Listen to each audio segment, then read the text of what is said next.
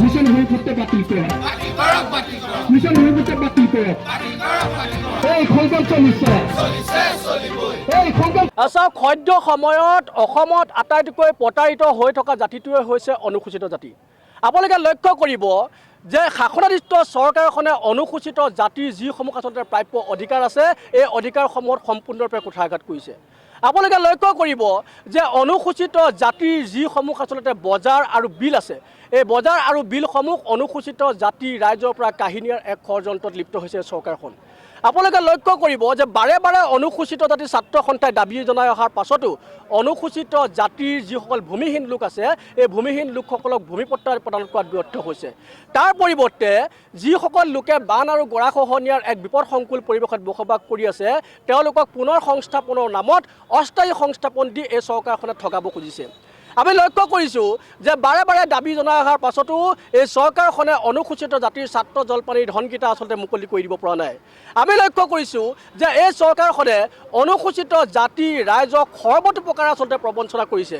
আমি বাৰে বাৰে কৈ আছোঁ যে আমাৰ উন্নয়নৰ স্বাৰ্থত আপোনালোকে এখন উন্নয়ন পৰিষদ গঠন কৰি দিয়ক অনুসূচিত জাতিৰ, কিন্তু সেই উন্নয়ন পৰিষদ গঠন কৰাৰ ক্ষেত্ৰতো এই চৰকাৰখনে নীৰৱ ভূমিকা পালন কৰিছে।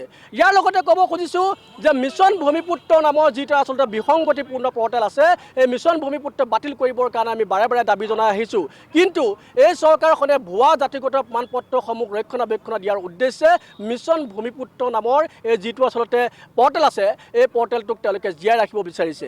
ইয়াৰ লগতে আমি দেখা পাইছোঁ যে অসমৰ সামগ্ৰিকভাৱে যদি আপোনালোকে লক্ষ্য কৰে দেখিব যে অনুসূচিত জাতিৰেই নহয় সমগ্ৰ অসমীয়া জাতিৰ বাবে মূল্য বৃদ্ধিয়ে আচলতে এক বিৰূপ প্ৰভাৱ পেলাইছে।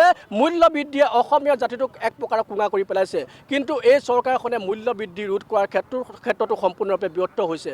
গতিকে আজি অনুসূচিত জাতি ছাত্ৰ সন্থাৰ শিৱসাগৰ জিলা সমিতিয়ে এই প্ৰতিবাদী কাৰ্যসূচীৰ জৰিয়তে এক ৮ দফীয়া দাবী সম্বলিত স্মাৰকপত্ৰ শিৱসাগৰ জিলা উপায়ুক্তৰ জৰিয়তে মাননীয় মুখ্যমন্ত্ৰী মহোদয়লৈ প্ৰেৰণ কৰিছে।